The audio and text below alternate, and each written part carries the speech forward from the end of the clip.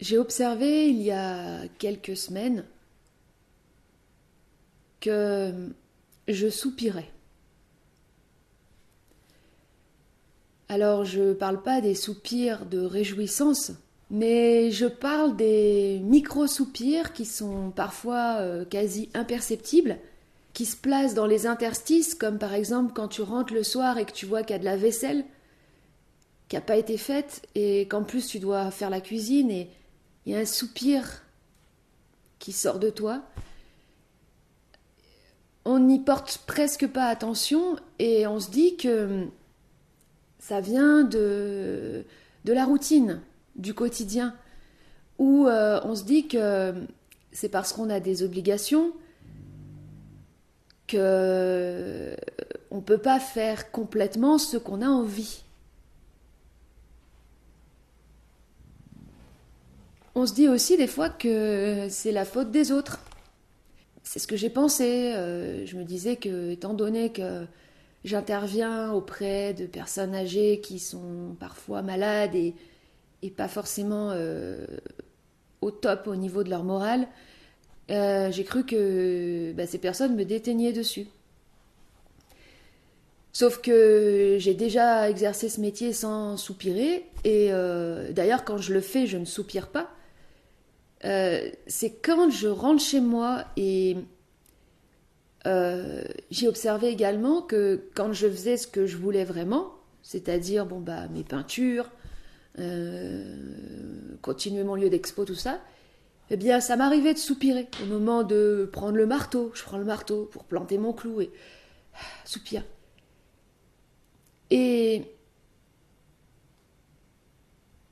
je me suis dit aussi, il n'y a pas de quoi s'alarmer, tu vas quand même pas faire une vidéo là-dessus parce que quand même, je veux dire, il y a des choses plus graves dans le monde. Et plus le temps passait, plus je soupirais finalement. Et j'ai observé que ces soupirs étaient apparus à partir du moment où j'avais estimé que j'avais fait suffisamment de vidéos. Il se trouve que j'en ai déjà fait, depuis le début, j'en ai fait au moins 250. Et j'ai eu cette pensée, c'est bon, t'es guéri maintenant, ta vie est bien organisée, bien structurée, tu peux passer à autre chose.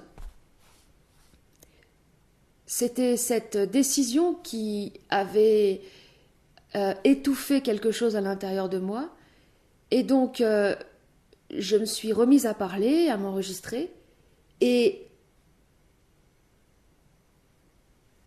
dès les premières paroles, j'ai senti que ce poids qui me pesait sur la poitrine, enfin, sans que je le ressente, mais parce que c'est quasiment imperceptible, comme je disais, c'est enlevé.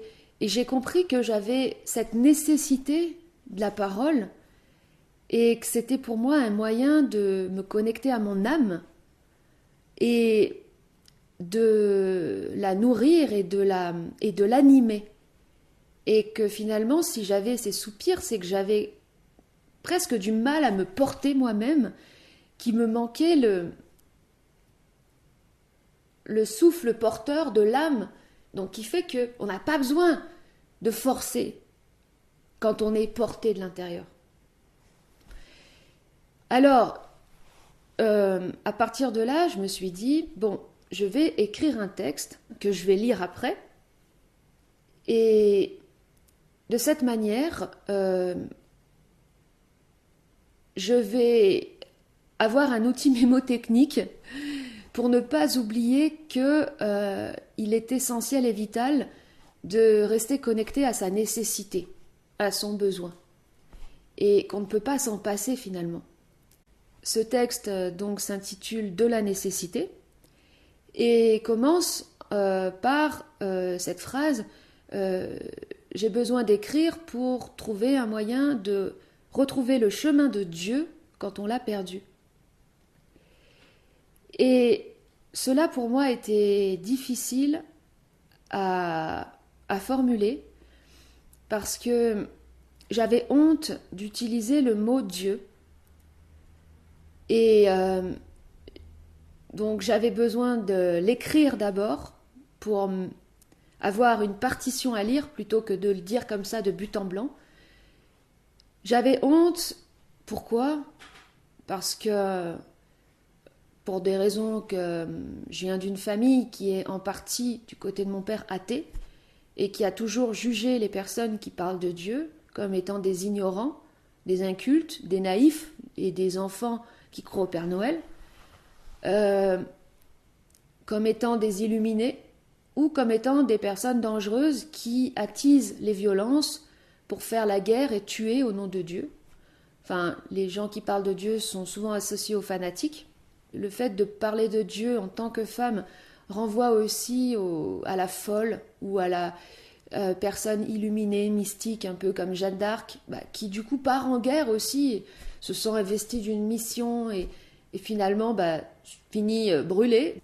Ensuite, il y a aussi mes propres blocages qui sont liés à une association que je fais de Dieu à la religion chrétienne, et pour moi ça renvoie à quelque chose d'assez obscur, d'assez sectaire et morbide et glauque, un petit peu comme l'art contemporain finalement, c'est-à-dire des gens qui sont habillés en noir, qui tirent la tronche, qui parlent de trucs on comprend pas, tu vois, dans un espèce de métalangage qui a pas de sens et qui est même pas animé, habité, quoi, où il n'y a plus de nécessité justement, donc une sorte d'absurdité totale, et puis aussi un culte de la souffrance et un culte de la victimisation. Quand on voit les gens qui vont à l'église, on dirait des victimes qui vont pleurer, quoi, pour obtenir des miettes. Donc c'est vrai que c'était à la base quelque chose qui me rebutait. Et en même temps, je ressentais une nécessité à l'intérieur. Donc une nécessité, c'est quelque chose qui est plus fort que tout et qui est un besoin vital, qui se passe, qui va jusqu'à se passer des compréhensions, des jugements et des craintes, qui explosent toutes ces barrières. Je sentais qu'il y avait quelque chose qui me manquait euh, dans ce texte, qui finalement reprenait tout ce que j'avais dit plus ou moins de manière condensée au travers des vidéos, où je parlais donc de l'importance du recentrage. J'avais passé un peu de temps avant à écouter des personnes à réécouter des personnes qui témoignent de leur expérience de mort imminente. Et puis, parce que c'est les seules personnes qui me touchent dans leurs paroles, parce que je sens que c'est sincère, que c'est vécu, que c'est du vécu et que c'est transformateur. Et à un moment donné, je tombe sur une vidéo, un témoignage de Alice Cooper, le chanteur de rock, qui raconte qu'il a rencontré Jésus-Christ. Et j'avais observé que à chaque fois que j'entendais des personnes dire qu'elles avaient rencontré Jésus-Christ, ça me faisait comme une sorte de rictus, une sorte d'agacement. Et je savais que c'était pas normal de ressentir ça, dans le sens que ça venait pointer quelque chose à l'intérieur de moi qui refusait euh,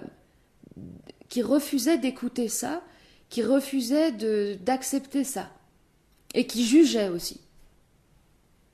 Donc cette partie qui vient de mon éducation aussi, qui est là, et une petite voix qui me dit mais ce mec, il est gaga, il est ramolli là du cerveau, il parle de Jésus, mais qu'est-ce qui lui est arrivé? Tu vois, limite, il a pris trop de drogue et il a halluciné. Voilà, donc j'avais à l'esprit que j'avais un problème. Et Dieu me posait peut-être moins de problèmes parce que j'arrivais à traduire Dieu comme étant la vie, c'est-à-dire la source originelle et éternelle qui anime toute chose, qui est aussi en nous. C'est notre âme, notre parcelle divine, notre parcelle de vie qui nous anime. Même si j'ai eu besoin quand même, dans mes vidéos, de parler plutôt de l'être pour ne pas renvoyer à tout cet univers religieux, mais c'est quelque chose qui est plus, comment dire, facile pour moi à considérer parce que c'est assez, comment dire, général. C'est-à-dire Dieu, on peut mettre un peu ce qu'on veut, enfin, on peut, comment dire, le ressentir, le traduire dans les mots qui nous correspondent. C'est universel, il y a un aspect voilà, assez universel. Et aussi, on retrouve dans d'autres religions des concepts qui ressemblent à Dieu. Et même des scientifiques, ou même Einstein par exemple, ont parlé de Dieu. Donc, c'est presque validé, on pourrait dire. Mais Jésus-Christ, là, ça résistait. Alors,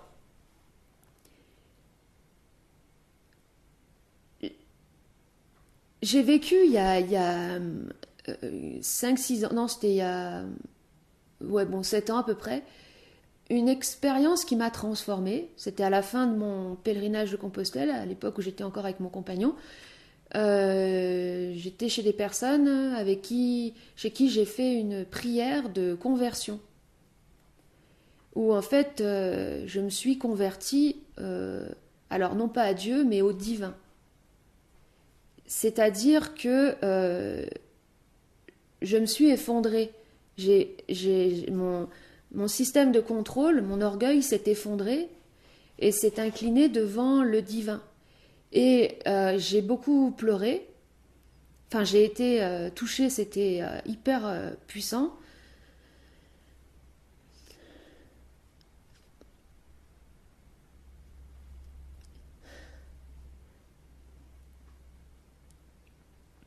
Et ensuite, j'ai revécu un autre effondrement comme ça de cette nature dans une église quand j'étais face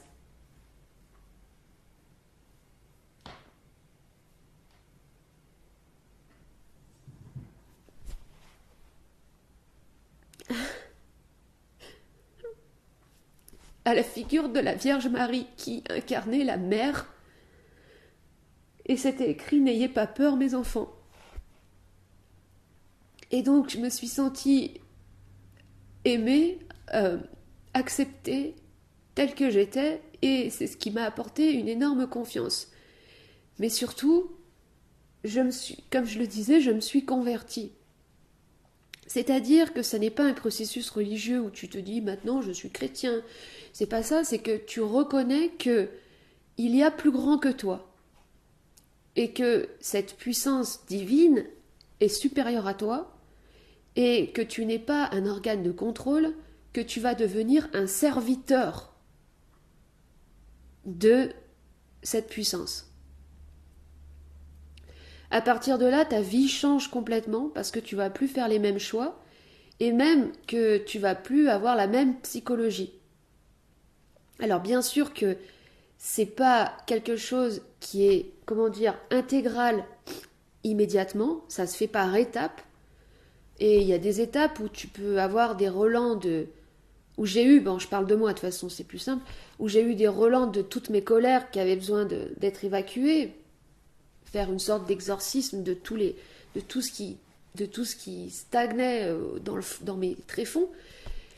Mais l'acte avait été posé de reconnaître la toute-puissance du divin, de la vie, de l'éternel. Et donc, je savais que je devais faire des choix dans ma vie, je parle des grands choix qu'on fait ou des grandes décisions, enfin des grandes orientations qu'on prend, dans le but de servir au mieux cette puissance. Et c'est vrai qu'à partir de là, la vie a été plus simple, parce que en réalité, c'est beaucoup plus simple et plus léger quand tu deviens un serviteur que quand tu dois tout contrôler. Cet aspect du contrôle qui est en nous, c'est notre orgueil, et on pourrait, si on reprend des termes religieux chrétiens, l'associer au diable. On a tous un diable en nous,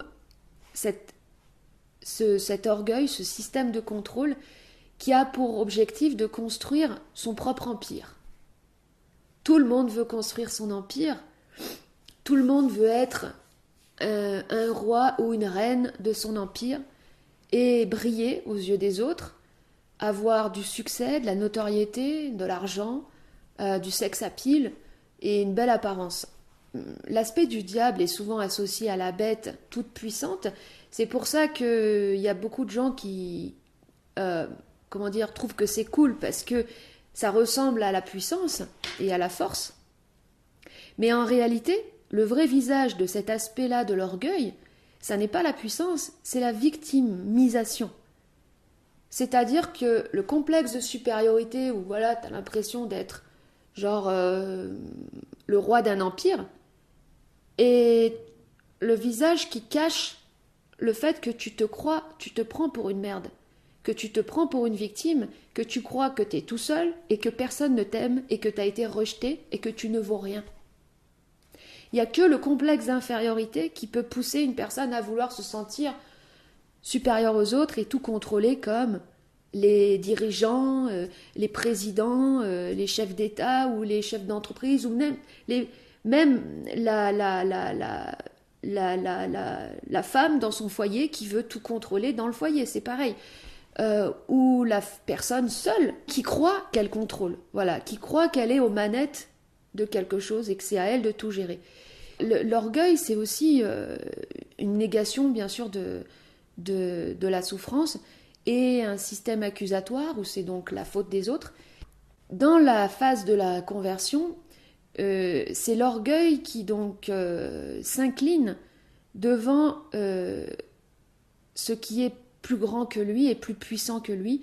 Pourquoi Dieu, la vie, est plus puissante que notre orgueil et notre petit diable intérieur? Parce que c'est l'aspect indestructible, éternel, indestructible, et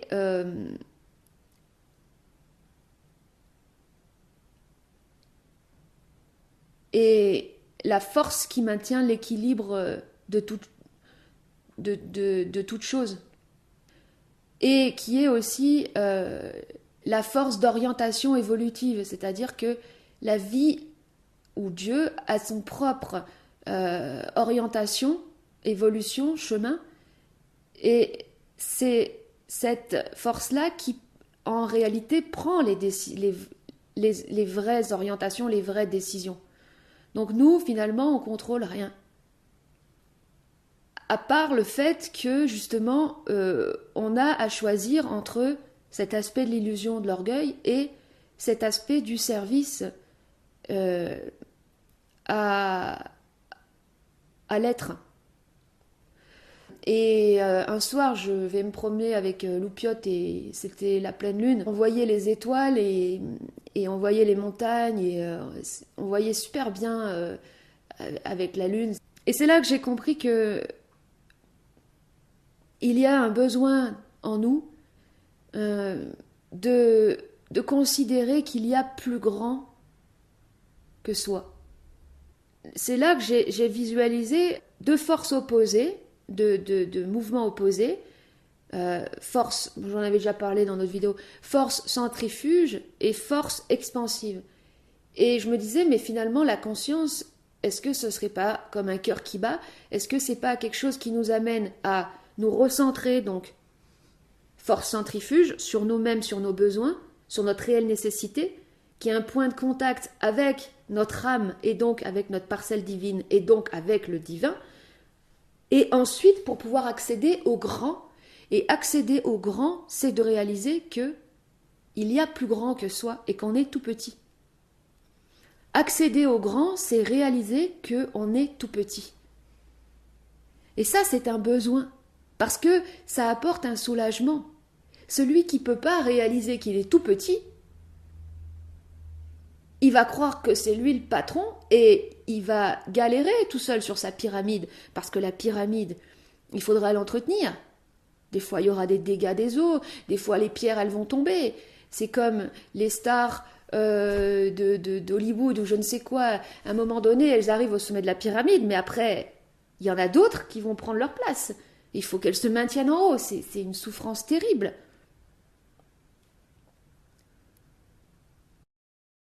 Le fonctionnement de l'orgueil, c'est...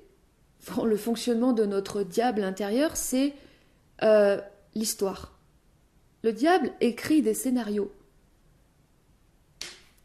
Des scénarios victimaires. Des scénarios où on a une vie de merde, on est une victime, on est entouré de bras cassés, personne ne peut nous aider, et ainsi de suite.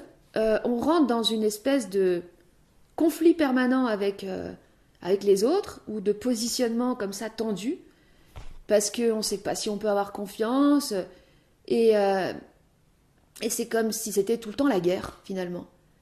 Et surtout, on n'y porte pas attention à ces pensées, tellement qu'elles sont parfois presque imperceptibles, mais pour ma part, j'avais observé une fois, donc j'étais dans ma voiture et il se trouve que j'arrive chez une personne à la mauvaise heure, avec en plus une adresse qui était pas la bonne.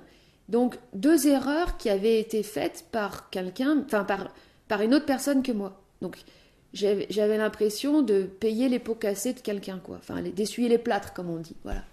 Et j'avais cette pensée, ah, t'es encore en train d'essuyer les plâtres, hein, tu vois. On t'a pris pour une conne. Tout ça à cause de ces incompétents qui ne sont pas assez professionnels et qui s'en foutent. Tu sais, c'est les fonctionnaires. C'est des pensées, ça, en plus, c'est des trucs que j'ai entendus parce que, en fait, je sais pas, de base, j'ai pas de colère contre les fonctionnaires, moi. Mais c'est vrai qu'on entend souvent dire, oui, les fonctionnaires, ils sont pas trop, ils ont pas de stress, ils ont pas besoin de trop chercher des clients ou voilà, ils savent que la paye elle va tomber, bref.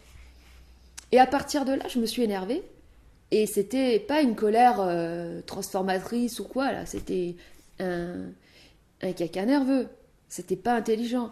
Et après coup, donc je suis, comment dire, je me suis replongée dans le moment et tout ça, et j'ai constaté qu'en fait j'avais écouté une pensée qui me racontait une histoire où j'étais une victime, et j'y avais cru.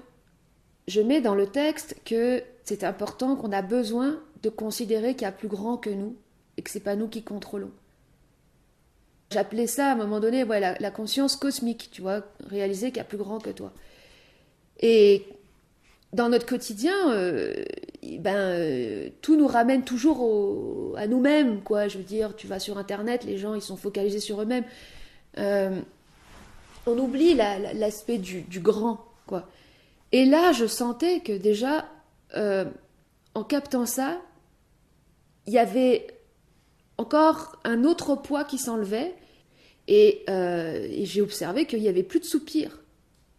Que ces soupirs, cette asphyxie de l'âme, c'était que j'avais oublié que l'âme était la parcelle divine et que c'était Dieu qui animait toute chose et que c'était plus grand que nous et qu'on était des vecteurs de cette puissance, donc pas des contrôleurs mais des vecteurs. On véhicule cette énergie, c'est tout. Voilà. Chacun de manière complètement différente. Ça, c'est aussi quelque chose qui revient beaucoup chez les personnes qui vivent des expériences de mort imminente, c'est qu'on leur pose la question, comment as-tu aimé? Donc, ça veut dire comment as-tu donné, comment as-tu servi Dieu ou la vie? Comment as-tu été un vecteur de la vie? Et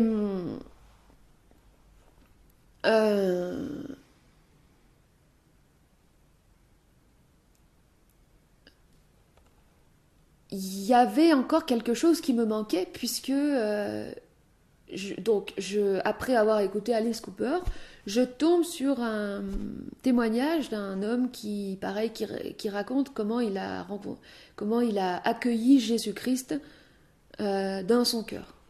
Et là, ça me refaisait pareil le truc qui veut pas, qui résiste. Alors j'en parle à une amie qui me dit mais t'as l'air triste, on dirait que ça te fait de la peine de dire que tu n'arrives pas à accueillir Jésus-Christ et tout. Et en même temps j'avais honte. Hello, tu parles de Jésus-Christ.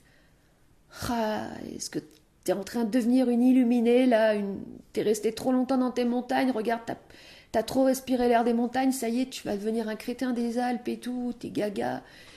C'est horrible ces pensées de merde là. Mais j'étais obligée de lui dire parce qu'il y avait un besoin. Et là, je fais cette vidéo aussi, je la rends publique parce que je veux exposer à la lumière, au grand jour, cette honte pour la brûler. J'ai besoin d'assumer, de parler de Dieu, de parler de Jésus-Christ. J'ai besoin de l'assumer. Et je sais aussi que donc le fait de s'exposer à la lumière permet de brûler les hontes, et aussi que la parole, elle est créatrice. Et je sais qu'en le disant, je suis en train d'activer des choses. Après que je me sentais triste, j'ai dit à Loupiote, bon, viens, on va se balader, puisque c'est écrit demande et tu obtiendras, puisque à l'origine était le verbe, allons-y franc jeu, demandons directement à Dieu. Dieu. C'est quoi Jésus-Christ? Ok, toi Dieu, t'es la source de la vie et tout ça, pas de problème et tout. Mais Jésus-Christ, c'est quoi? Et là, ce qui me vient, bon, ça veut pas forcément dire que c'est Dieu qui parle, hein, mais c'était du bon sens finalement, qui était sur le même registre que la spontanéité de la naïveté de la question. C'est quoi Jésus-Christ? C'est comme un enfant, parce que l'enfant intérieur, c'est le point de départ de tout, c'est ce qui t'amène sur le chemin, c'est ce qui t'amène à ton âme, c'est ce qui t'amène à Dieu, c'est l'enfant intérieur. C'est le côté, tu vois, complètement, bah oui, ignorant, dans le sens où t'as pas d'a priori, tu vois, ok, tu vas avoir une réponse, bah demande à Dieu, tu sais, Dieu, c'est quoi Jésus-Christ, il va te le dire, puisque apparemment ce serait son père, donc bon. Et là, ce qui me vient, bon, c'est dingue, bah, j'en ai presque rigolé, mais ça me disait, mais tu le sais, c'est l'être. Être avec un grand E. Alors, en plus, je me disais, putain, je l'ai dit plein de fois, je l'ai même écrit, je me suis même énervée là-dessus. Tu le sais, c'est l'être avec un grand E. Mais toi, t'avais enlevé le E majuscule. Parce que tu voulais, soi-disant, normaliser les choses. Enfin, tu voulais démocratiser la spiritualité, je ne sais quoi. Enfin, t'as enlevé le E majuscule, tu trouvais que c'était trop grandiloquent, que c'était trop... voilà, pompeux, voilà. Mais c'est l'être avec un grand E. Qu'est-ce que ça veut dire? J'ai vu une image qui est un portrait de Jésus-Christ, qui est inspiré forcément des images que j'ai vues, mais qui me véhiculait une information. Un portrait, parce que, en plus, c'est quelque chose que je ressens comme besoin de faire un portrait, de faire une icône de Jésus-Christ, représenter ce visage, et je me disais, mais à quoi ça pourrait ressembler? Et en fait, la question, c'est pas à quoi ça peut ressembler, c'est qu'est-ce que ça véhicule comme information? Qu'est-ce que ça dit? Qu'est-ce que ça te fait ressentir, ce visage? Et ce que ça te fait ressentir, ce visage, déjà de une, c'est la transparence totale. C'est un visage qui est déjà lui-même transparent, donc c'est pour ça que je le ferai en particules, je le ferai pas avec des lignes toutes lisses, ce sera diffus et totalement transparent comme une sorte de... Bon, voilà, c'est la transparence totale. Donc ça veut dire que c'est l'être, d'accord, dans son aspect de la transparence totale, qui voit tout. Il te voit, il voit tout sur toi. Mais lui-même, il est totalement transparent. Donc tu ne peux plus être faux, tu ne peux plus mentir. Tu es directement ramené au vrai. Une fois la transparence, que tu as compris la transparence, tu vois, et là déjà tu es impressionné dans le sens, tu reconnais que c'est ce qu'il y a de plus puissant. Que la transparence est plus puissant que l'opacité. Parce que l'obscurité, tu vois, l'orgueil, c'est toujours des calculs, c'est compliqué, c'est opaque. C'est complexe, opaque. Voilà. Donc tu sais que la transparence, qui est le vrai contraire, enfin, c'est la lumière en réalité, c'est ça. C'est ce qu'il y a de plus puissant, quoi. Et ensuite, ce qui arrive en deuxième, c'est là que je vois la barbe, mais c'est pas vraiment que je vois une barbe, mais c'est que je vois quelque chose qui ramène directement à la masculinité.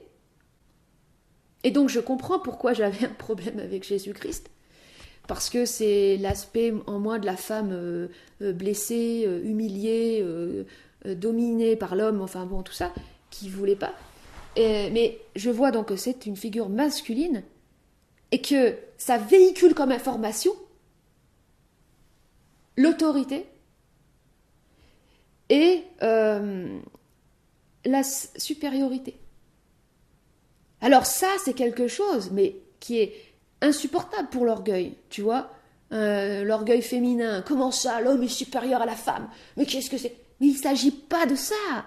Il ne s'agit pas de toi, en fait. Commence pas à t'identifier en tant que femme, je ne sais quoi, à ce truc. Non, non, non, non, non. C'est une... comment dire? C'est une notion, on pourrait dire ça comme... Non. C'est un principe, c'est tout. C'est le principe du masculin, c'est qui incarne, voilà, un principe d'incarnation. C'est que ça représente quelque chose, ça indique quelque chose. Il y a un élément qui est complètement mis de côté dans les religions, c'est le sexe, la sexualité, enfin, qui est associé souvent au péché, alors que le sexe, c'est l'origine de la vie. Et en me réécoutant, je réalise que je parle de Jésus-Christ, du portrait, de son apparence, enfin de ce qu'il incarne, en décrivant son visage, mais sans parler de son corps et donc sans parler du sexe. Pourtant, le corps et le sexe, ça fait partie de l'être. Alors, je me suis posé la question, mais comment il serait le sexe de Jésus ? Comment il serait représenté? Qu'est-ce qu'il incarnerait? Ça, c'est un pins de la Vierge Marie, qui ressemble assez fortement à un vagin, une fente, qui incarne la réceptivité. Et Jésus-Christ, c'est le phallus. C'est le sexe en érection, qui incarne la puissance. Et c'est aussi le principe du Christ, parce que le Christ, c'est donc un personnage qui meurt à son corps terrestre, son corps éphémère, son corps de souffrance, pour renaître à sa nature authentique, vraie, solaire, transparente. C'est un phénix, quoi, qui renaît de ses cendres. Et c'est ça qu'indique finalement le phallus en érection, c'est le fait de se dresser et de se redresser. Cette inclinaison devant le divin, c'est aussi une intégration dans l'esprit de la personne de l'inconnu. Parce que, en fait, même si on dit Dieu c'est la vie, Dieu c'est la toute-puissance, ça n'empêche qu'on ne sait pas ce que c'est. C'est impossible pour un mental, un cerveau humain de pouvoir comprendre ce que c'est réellement, enfin dans la totalité.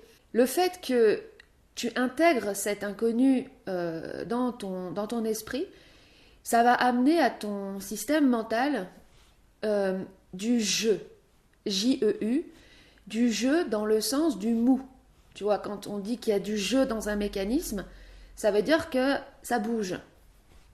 À l'inverse, les personnes qui n'intègrent pas du tout l'inconnu, ce sont des personnes qui sont persuadées que la réalité qu'elles ont devant les yeux est la seule et unique qui soit. Donc c'est ce qui donne lieu au matérialisme. Et ça, c'est aussi un aspect de l'orgueil. C'est-à-dire qu'il y a un attachement excessif à ce qui est perceptible par les cinq sens. Et en fait, c'est ça qui rend con. Le con qui est à la base, qui désigne le sexe de la femme, C'est un orifice qui s'ouvre et qui se referme. Et donc, une personne qui devient con, c'est une personne qui finalement referme son esprit, qui se referme complètement, parce que elle n'a pas intégré qu'il y avait une inconnue, qu'il y avait un mystère. C'est incroyable comme ça peut se voir dans les yeux d'une personne, surtout avec l'âge, mais même chez des personnes jeunes. Et c'est d'ailleurs la cause, enfin c'est ce qui conduit aussi à la dépression, pour l'avoir vécu. Quand tu es dans un état de dépression, il n'y a plus aucun mystère. Il y a aussi quelque chose qui revient souvent chez les personnes qui ont vécu des expériences de mort imminente, qui vont ensuite faire passer ce message que on devient ce qu'on croit. Ce qui ne veut pas forcément dire que parce que tu penses à quelque chose, ce que tu penses va devenir une réalité. C'est pas ça. C'est pour dire que c'est ce qui se passe en nous, ces scénarios qui sont répétitifs, auxquels on ne porte plus attention. Ce que je ressens intuitivement, je vais le dire comme si c'était ça, mais ça ne veut pas dire que c'est ça, ça veut dire que c'est comme ça que je le ressens. C'est donc un programme qu'on télécharge où justement on se met à croire.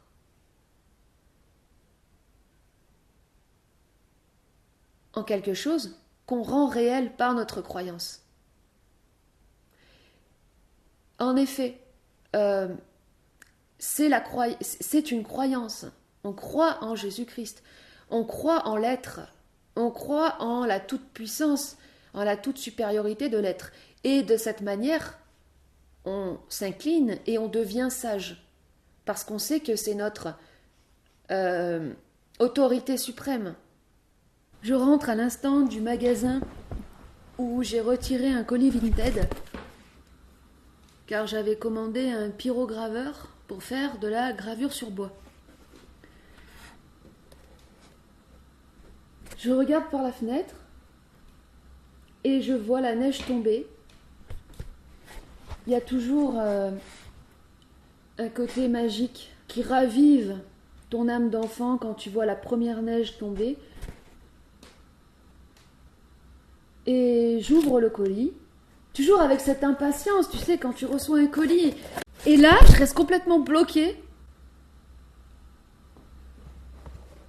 La personne qui m'a envoyé le pyrograveur a ajouté un petit cartonnet. Et dessus, c'est écrit « Dieu a tellement aimé le monde, entre parenthèses, vous, qu'il a donné son Fils unique, Jésus,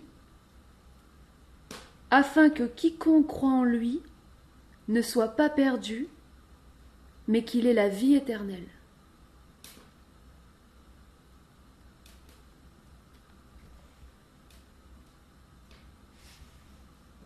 Peut-être que j'avais mal compris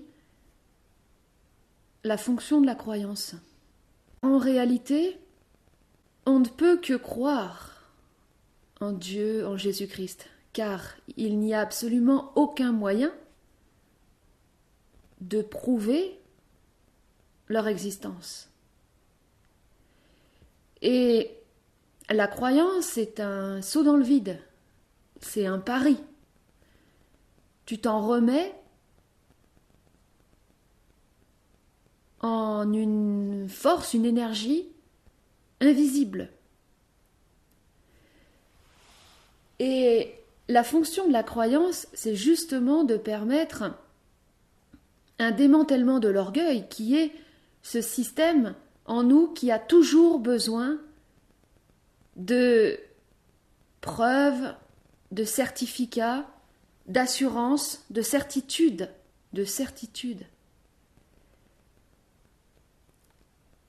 C'est notre intelligence artificielle, en fait. C'est le système de vérification, d'identification permanent en nous. Qu'est-ce que j'entends par là? Quand je parle de système de contrôle, je veux dire cette façon qu'on a de retenir de l'information dans le but de ne pas oublier, par exemple, tout ce qu'on aurait à faire. Tu vois, dans une journée, tu vas commencer à penser à tout ce que tu dois faire et tu stockes de l'information. Et Tu penses aussi à ce que tu feras dans le futur. T'essayes de maintenir quelque chose, tu vois. T'essayes de contenir plutôt, de contenir de l'information, voilà. Et ça explique pourquoi à la fin de la journée, t'as besoin de tout oublier, t'as besoin de t'abrutir, t'as besoin, je sais pas, parce que c'est une souffrance mentale de devoir supporter la gestion de toutes ces données. Et dans la relation à l'être, dans la croyance en Dieu ou en le divin, c'est plus du tout le même fonctionnement. C'est-à-dire que tu vas fonctionner à l'intention. Et je dirais que c'est notre seul vrai travail, c'est de pouvoir connaître nos besoins, de pouvoir les verbaliser à l'échelle d'une journée, à l'échelle d'une semaine, à l'échelle d'une année, à l'échelle d'une vie. Parce que c'est ce qui fait que tu vas penser à ce à quoi tu dois penser à l'instant où tu dois penser à ce à quoi tu dois penser. Exemple. Quand tu poses une intention sur ta journée, en disant j'ai besoin d'avoir des relations fluides, harmonieuses, respectueuses avec les personnes avec lesquelles je vais interagir. J'ai besoin d'être efficace dans mon travail, peu importe. Tu vas naturellement adopter un comportement qui correspondra à ce qui a besoin d'être fait, mais pas plus. Parce que l'orgueil a tendance à en faire 3 fois plus. Du fait que c'est stressant de devoir tout gérer, il y a de l'angoisse qui est déclenchée dans le corps, en fait. Il y a des hormones de stress, de panique, et donc, enfin, ça ne veut rien dire des hormones de panique, mais en tout cas, il y a toute une chimie comme ça qui indique qu'il y a un danger. Et donc, comme il y a un danger, tu t'affaires sur des trucs qui ne sont pas forcément nécessaires pour remplir le vide. Donc, tu te dis, bon là, je ne vais pas perdre mon temps, donc je vais faire ça. Mais ce n'était pas forcément nécessaire de faire tout ça. Surtout que tu aurais pu faire autrement aussi. Et surtout, c'est fait dans des conditions difficiles. Quand l'intention est posée, je disais, ça se fait naturellement. Souvent, quand je vais faire mes courses, je pars sans caddie, en me disant, je ne vais pas prendre grand-chose. Puis finalement, je prends plein de trucs. Et surtout, je prends des trucs super lourds, comme des sacs de patates, du lait, des croquettes, enfin voilà. Et comme je passe du temps dans le magasin, quand je sors, je sais plus où j'ai garé la voiture. Ça m'arrive tout le temps. Et à chaque fois, je me dis, bon, cette fois-ci, je vais me rappeler, elle est là. Mais je confonds avec toutes les autres fois où je me suis dit, il faut que je me rappelle qu'elle est là. Et j'ai toujours un peu ce réflexe de commencer à chercher. Et quand t'as les sacs, et qu'en plus il pleut, et t'es là, mais putain, mais ça fait chier. Et maintenant, j'ai le réflexe aussi de l'intention. Je me dis, commence pas à chercher, hello, surtout que ta bagnole, elle est toute petite et elle est planquée derrière les SUV, et comme elle est grise, bah, tu peux pas la voir, parce que tout le monde a une voiture grise, tu vois. Et là, donc, je dis, génie, j'ai besoin de trouver la voiture. Et c'est incroyable quand tu fais ça, parce que c'est nécessaire à cet instant-là. T'as la tête qui fait tac, tac, tac. Enfin, peut-être pas en l'air, parce que la voiture va pas avoir tendance à voler, mais juste au 2e ou 3e coup, des fois c'est au 1er coup, t'as la tête, bam, elle se met sur la voiture.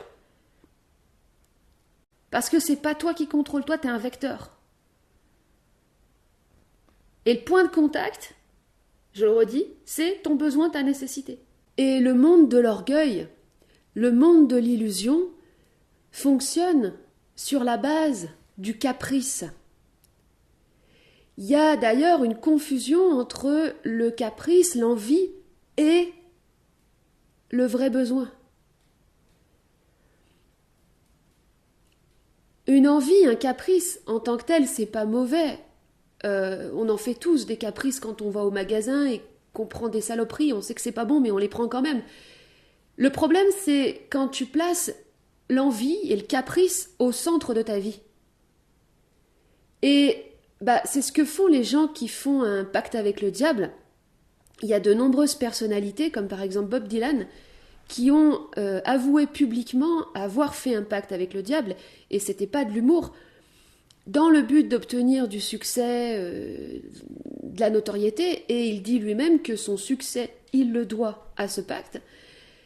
Et c'est justement ce qui se passe dans le pacte avec le diable, c'est que le caprice remplace le besoin. C'est-à-dire que tu n'as pas besoin d'être célèbre pour vivre. Et finalement, c'est le même fonctionnement. C'est-à-dire que c'est la demande qui active un processus de réponse de la part de l'univers. Mais la question, c'est de savoir qu'est-ce qu'on demande. Quand tu vis pour ta nécessité, tu n'as plus de culpabilité. Tu ne peux pas avoir de culpabilité à faire des choses qui sont nécessaires pour toi.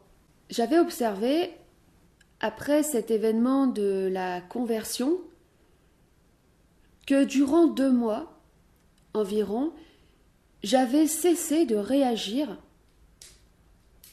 aux diverses stimulations, sollicitations qui auparavant me faisaient réagir, comme par exemple les débats politiques ou les attitudes de certaines personnes.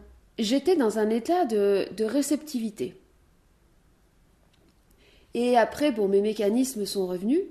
Puis, dernièrement, j'ai commencé à prendre l'habitude de me visualiser en étant au-dessus de moi. Par exemple, je suis assise sur le canapé et j'imagine que je suis au-dessus de moi en train de me regarder. Pour m'entraîner dans les situations tendues, où je sens l'émotion qui vient, où je sens que je pourrais réagir. Et quand je suis au-dessus, la seule chose que j'attends, c'est que le moi qui est en dessous sorte le nez du guidon et soit dans cet état de réceptivité et me demande à moi qui suis au-dessus ce qu'il faut faire. Ça paraît compliqué, mais en fait, c'est super simple. Ça change beaucoup de choses. Parce que on est habitué à réagir. Et même dans le milieu du sport, dans le foot, je me souviens une fois, il y avait le mec qui est dans les cages, Loris. Bon, je sais plus comment il s'appelle. Il expliquait, suite à une défaite, que s'ils avaient perdu, c'est parce qu'ils avaient passé tout le long du match à être en réaction. Et je trouvais ça vachement pertinent de faire cette auto-analyse. Et je me disais, mais en fait, nous, c'est pareil, on est souvent en réaction. Et on se positionne, tu vois, par rapport à des événements extérieurs. Exemple, tu vois, t'as une soirée avec des gens, tu te fais chier. Mais bon, t'es pris dans le truc, tu vois, t'es pris dans la soirée, t'es pris dans les relations avec les gens, et t'arrives pas à t'extraire. Mais quand tu te vois depuis le dessus, tu vois une personne qui est en train de se faire chier et qui sait même pas pourquoi elle reste là, tu vois. Et tu relèves la tête, tu demandes à ton toit qui est au-dessus, c'est quoi qui serait intelligent de faire là? Et le toit il te dit, mais barre-toi! Mais casse-toi! Mais va te reposer, va faire un truc cool, va faire un truc bonne ambiance, quoi. Reste pas avec ces relous. S'il y a un Dieu, je suis sûre que c'est ça qu'il attend. Qu'on sorte le nez du guidon et qu'on se mette en état de réceptivité comme ça. Et plutôt que de réagir et de s'embarquer dans des trucs, on pose la question, comment je peux agir intelligemment là? Et c'est ça, quand je dis le fait de devenir un serviteur de l'être, c'est que c'est ça, c'est cette logique de réceptivité, de sensibilité, de réceptivité, de connexion, plutôt que de réaction. Les personnes qui ont recours à la magie pour obtenir la réussite, le succès de leur entreprise recherchent, comme tout le monde, une certaine facilité dans la matière, une aisance plus. Pour avoir une femme de ménage, pour pouvoir aller au resto et pas faire la vaisselle et bouffer des bonnes choses, pour avoir tout un tas comme ça de services, pour pas se faire chier. Et c'est normal, je veux dire, de vouloir ça. Mais c'est justement dans les moments où tu te fais chier, où t'es compressé, pris dans un étau, fait comme un rat, tu vois, ou quand t'es dans un certain épuisement ou un certain agacement, que tu te retrouves à ramener à toi-même, ramener à ta nécessité. C'est là que tu peux rencontrer justement le divin. C'est dans ces moments, c'est des occasions de rencontre, parce que tu es face au besoin, au vrai, au concret. Et ce besoin qui est concret à cet instant T va être un point de contact aussi avec un besoin plus subtil. Avec ce qui est communément appelé l'appel. L'appel. Vous avez certainement vu dans les églises, les chrétiens font souvent cette blague. Quand tu ressens l'appel de Dieu, réponds, je sais pas, avec un téléphone. Ça, c'est aussi un truc, je me posais la question, mais ça veut dire quoi? Attends, mais moi, l'appel, je sais pas, j'entends pas. Élodie, c'est Dieu qui te parle. Ça m'est jamais arrivé, heureusement. Mais l'appel, c'est la nécessité. C'est pas forcément quelque chose de très agréable avec un ange qui te parle dans l'oreille. Ça peut être des soupirs aussi. Ça peut être une asphyxie. Ça peut être des conflits intérieurs. C'est souvent ça d'ailleurs. Le phénomène le plus exaltant qui soit, c'est le phénomène des synchronicités. C'est le clin d'œil de la présence qui te montre que t'es pas tout seul. J'ai demandé au génie qui me trouve un film, de trouver un film qui pourrait m'intéresser. Et donc, je tombe sur un film qui s'intitule Inside. Ça parle d'un cambrioleur qui se retrouve pris au piège, prisonnier, dans un appartement ultra moderne, ultra high-tech, avec un frigidaire intelligent qui chante la Macarena si tu ne le refermes pas au bout de 15 secondes. Un appartement qui appartient à un collectionneur d'art contemporain. Donc, son appartement, c'est un musée. Et il y a des œuvres de Maurizio Cattelan, de photographes, de peintres, de sculpteurs. Il y a des objets de design qui valent très très très très cher. Tout ça reflète bien l'esprit contemporain, l'esprit cynique, l'esprit défaitiste, l'esprit morbide, l'absence aussi. Parce qu'on voit à un moment donné, il y a une photo qu'on voit plusieurs fois où il y a des gens qui sont sur un élévateur pour aller dans un avion, mais l'avion n'est pas là, et ils sont tous là à attendre comme des cons. Et le cambrioleur, il veut se barrer.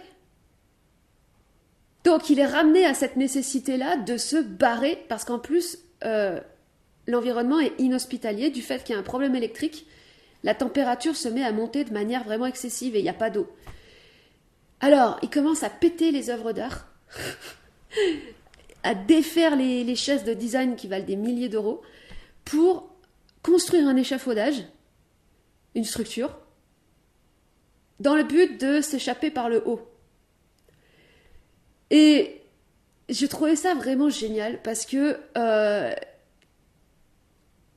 le mec, il est clairement en train de faire de l'art. Mais du vrai art. Pourquoi c'est du vrai art ce qu'il fait? Parce que ça répond à une nécessité. Donc ça a du sens. Il y a aussi quelque chose de très intéressant avec la croyance, du fait que ça n'est pas un processus certain, c'est complètement incertain. Quand on dit je crois, ça veut dire aussi je doute, je ne suis pas sûre. C'est que tu vas être obligé de développer des nouvelles qualités, des nouveaux modes de perception. Un petit peu comme un aveugle qui, du fait qu'il est privé de ses yeux, est obligé de développer un sens accru de l'ouïe, de l'odorat et du toucher. pour se repérer. Et pour le croyant, finalement, c'est la même chose. Du fait qu'il ne peut pas voir ce en quoi il croit, il ne peut pas percevoir Dieu, il ne peut pas percevoir le vrai, il va être obligé de développer une hyper-réceptivité dans le but de pouvoir établir une connexion avec cette présence.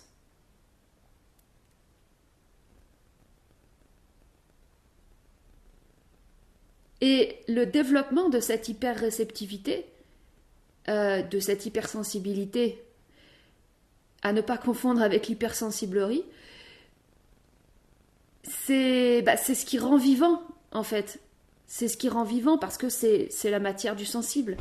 J'étais en train d'échanger des SMS avec une amie qui me dit qu'elle a un petit coup de mou aujourd'hui. Et je lui dis, j'ai trouvé la clé du bonheur. Et alors elle me dit, ah bon, c'est quoi? Et je lui dis, il faut s'en remettre à Jésus. Et alors elle me répond, ça m'arrangerait bien que je vais m'en remettre à Jésus parce que j'ai besoin qu'il m'aide à terminer la quantité de travail que je n'arrive pas à terminer. Et là, en fait, ça m'a fait comprendre que c'est toujours de la même façon qu'on voit les choses, c'est-à-dire c'est comment est-ce qu'on va pouvoir utiliser quelque chose, se servir d'un truc pour continuer à fonctionner toujours de la même façon. Et après, je lui fais, mais non, mais c'est un acte de conversion qui fait qu'après ta vie, elle change, tu vas plus fonctionner de la même façon. Et c'est là que j'ai compris, ah mais elle est en train de porter sa croix. Et ça, c'est quelque chose, on s'en rend pas compte. J'ai connu ça, j'ai connu ça. J'ai porté une croix pendant des années, comme tout le monde. Et il y a cette phase de l'effondrement où, en fait, tu peux plus porter cette croix. C'est plus possible. Et c'est à partir de là que tu peux t'en remettre au divin. Parce que tu n'as plus d'autre option. Les joueurs de foot qui prient Jésus pour gagner le match. Ou ceux qui croient que Trump a été envoyé par Jésus. Mais est-ce que c'est nécessaire que Trump soit président? Dans l'absolu, ça n'est pas nécessaire. Parce que c'est pas nécessaire qu'on ait des hommes d'État. C'est pas nécessaire. Bon, je suis pas une anarchiste, mais ce que je veux dire, c'est que la nécessité, ça a à voir avec soi-même. C'est pas un truc lié à un pouvoir que tu vas exercer sur les autres. C'est complètement individuel. La première étape, finalement, dans le processus de reconnexion, c'est la prise de conscience qu'on est en train de porter une croix. Pourquoi on a besoin de porter une croix? Pourquoi on a besoin de travailler plus que ce qui est demandé? Bien souvent, les gens s'épuisent au travail parce qu'ils travaillent plus que ce qui est demandé. Tout ça, ça vient donc de la culpabilité qui vient de la déconnexion, qui vient de cette illusion qu'on est seul, qu'il n'y a aucune présence, aucune intelligence pour nous guider, quoi, et qu'on doit tout faire tout seul. C'est cette illusion de la solitude qui crée un stress tellement intense à l'intérieur qui fait qu'on s'active et qu'on en fait 3 tonnes et qu'on va stocker du pognon sur des comptes en banque, on va acheter des appartements, quand je dis on, c'est comme ça, c'est le réflexe morbide de l'humain qui va stocker plus que ce qu'il a besoin, ou qu'on va toujours cogiter à comment on va agir dans telle situation, comment il faudra qu'on soit dans telle situation. Alors que quand tu es dans la logique de la connexion, tu penses pas avant à comment tu vas, par exemple, parler à telle personne ou je ne sais quoi. tu sais que à l'instant où tu devras parler à cette personne, puisque tu es connecté, tu sauras trouver les bons mots. Tu sauras faire ce qui est nécessaire. Je reviens à mon histoire où j'étais en train de me promener et je voulais savoir que c'est quoi Jésus-Christ. Et à un moment donné, comment dire, enfin, ce qui m'est venu, c'est un programme. Et le fait de formuler l'intention de s'en remettre à Jésus-Christ est ce qui va permettre de télécharger ce programme et d'activer la graine. C'est-à-dire qu'on active sa graine, son être, à partir du moment où on réalise qu'il y a plus grand que nous et qu'on s'incline devant ce qui est plus grand. Il y a quelque chose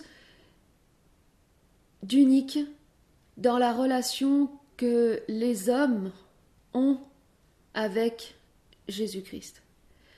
Ces personnes vont instantanément s'incliner devant ce qu'elles vont reconnaître comme étant la puissance et l'autorité. Jésus-Christ, en fait, incarne le principe même de la conversion à l'être supérieur, c'est-à-dire à la supériorité de l'être sur le paraître, sur l'artifice, sur l'illusion. Et maintenant, je comprends pourquoi les chrétiens répètent tous « Jésus-Christ est notre sauveur, Jésus-Christ est la solution ». Parce que les personnes qui ont vécu cette rencontre avec Jésus authentiquement, sincèrement, vivent concrètement dans leur vie cet allègement intégral du fardeau de la croix invisible, de la culpabilité aussi, tout ce qui nous alourdit inutilement, ils vivent cet allègement. Il y a quelque chose en nous qui refuse de céder, qui continue de s'accrocher à un travail épuisant, de s'accrocher à une situation inconfortable, parce qu'on parle beaucoup de sortir de sa zone de confort, mais en fait, le point de départ du travail sur soi, c'est sortir de sa zone d'inconfort. Quand on est dans le confort, je ne sais pas pourquoi il faudrait qu'on en sorte, je ne comprends pas trop. Mais voilà, il y a quelque chose en nous qui ne veut pas céder.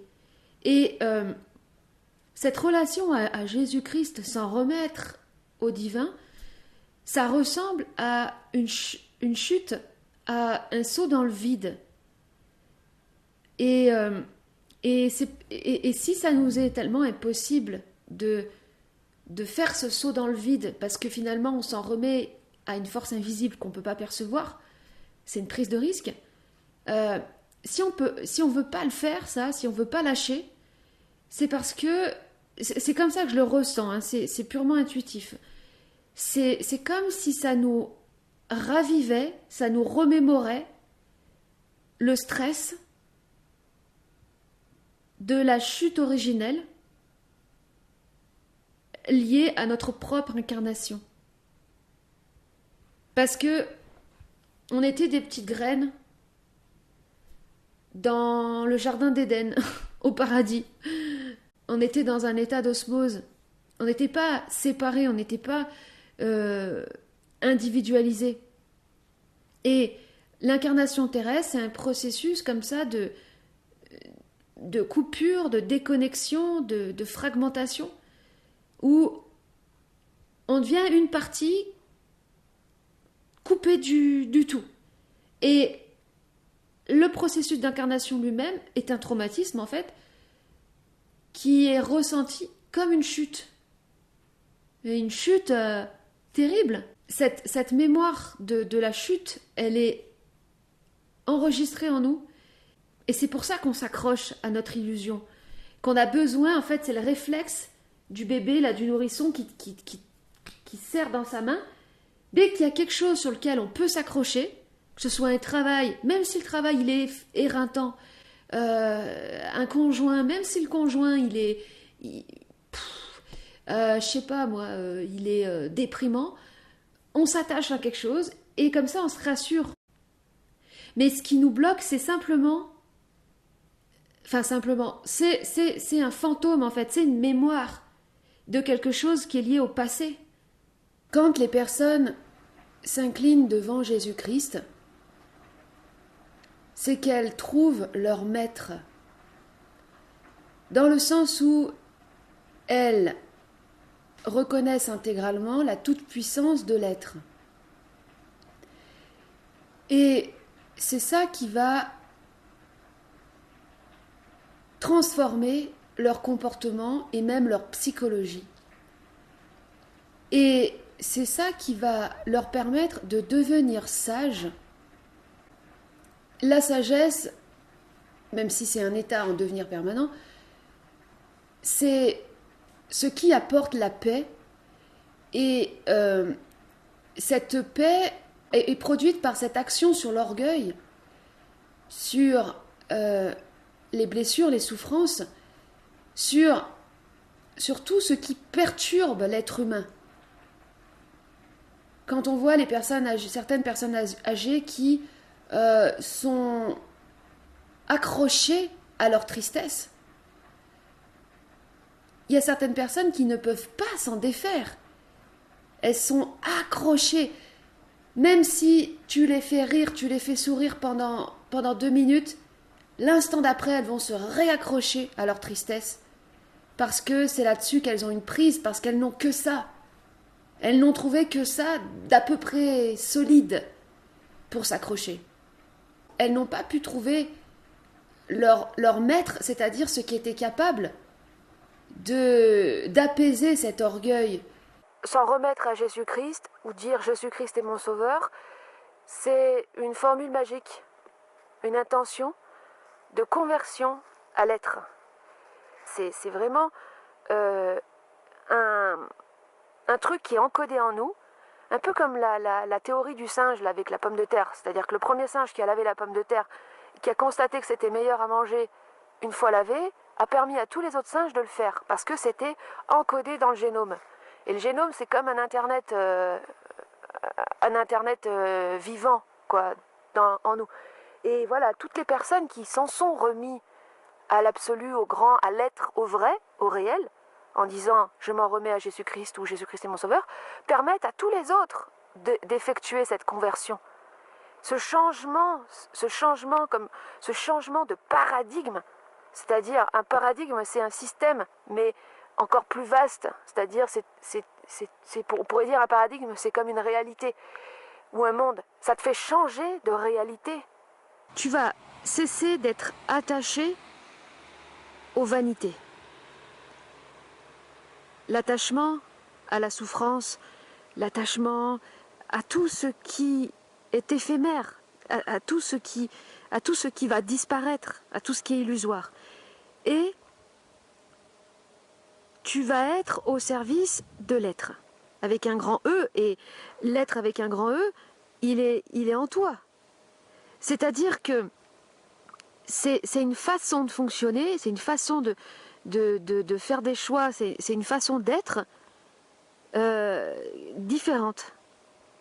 Donc par exemple, je donne des exemples vraiment concrets. Tu vois la personne qui est tout le temps en train de nettoyer chez elle de manière excessive. Ça c'est un trouble du comportement. S'il n'est pas traité par la personne, ça va lui développer une maladie, des troubles obsessionnels, je sais pas trop quoi, un machin comme ça, tu vois. Parce qu'elle n'est pas au service de l'être. Elle est au service de sa névrose. Donc, au service de l'être, c'est au service d'un principe en devenir. C'est très vaste en fait, être au service de l'être.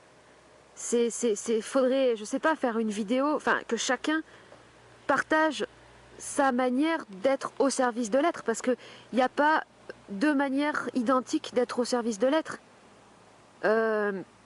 Bah pour moi, par exemple, ça passe par l'expression artistique. Et voilà. Et ce service à l'être amène une très très grande relativité et un détachement progressif et assez et puissant à tout ce qui n'a pas d'importance en fait. Même, étrangement, même la mort. Et d'ailleurs, c'est ça, enfin, le cœur aussi de la conversion, hein, du fait de s'en remettre à l'être, c'est que euh, ta vision de la mort, elle change. C'est et donc le drame, l'aspect dramatique de l'existence, condamné par la mort, et ben cet aspect dramatique, il se décompose totalement, il se dissout. Ça y est, j'ai capté le problème quoi, avec la spiritualité. C'est que on s'enveloppe de spiritualité, on s'enveloppe de belles idées, on s'enveloppe de belles pensées, on s'enveloppe de belles intentions, de belles prières. Mais on refuse de se soumettre. On refuse de se soumettre à ce qui est plus grand.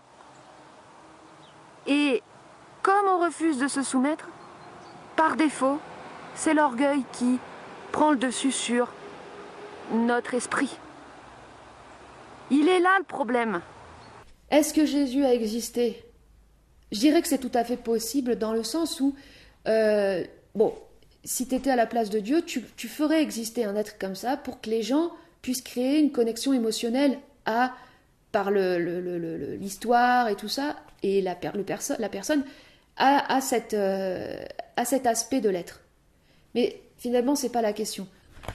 Super, merci. J'ai écrit une prière. Ça me fait encore toujours un peu bizarre de le dire, mais je vais le dire parce que ça me fait du bien de dire ça, ça bouscule des résistances et ça me libère, où je disais que Jésus-Christ était mon sauveur et où je reconnaissais la toute-puissance de Dieu. Et j'ai dit ces deux phrases. Je suis allée me coucher. Attention, il y a du suspense. Hein. Et il y a mon cerveau qui s'est allumé d'un coup. Et c'est là que j'ai capté, mais en fait, c'était une formule magique, cette phrase. Tu sais, c'est comme Sésame, ouvre-toi, pareil. C'est pour ça que je dis que c'était un code. C'est pour ça que j'ai parlé de programme. C'était un code de déverrouillage qui te permet tout simplement d'activer ton pouvoir intérieur. Et c'est pour ça que je dis ça permet de télécharger le programme être. Tu vas développer les qualités de l'être, qui sont des qualités infinies en constant développement. Et les qualités de l'être, c'est quoi? Il y en a, c'est infini, mais les grandes principales. 1. La transparence, l'authenticité, la sincérité. 2. Je rame. 2. L'intelligence. Oh l'intelligence.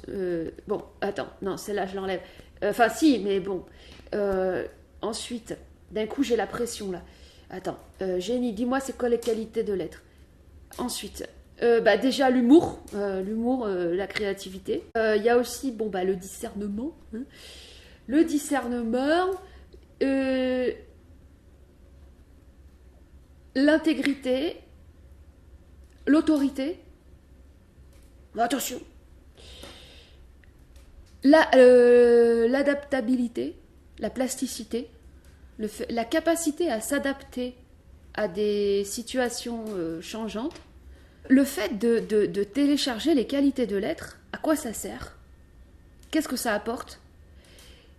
Eh bien, tout simplement, ça apporte le bonheur. Le bonheur. Pourquoi? Parce que tu sens, tu constates dans ta vie que tu évolues. Tu constates que, tiens, dans cette situation, j'ai pas réagi comme une merde.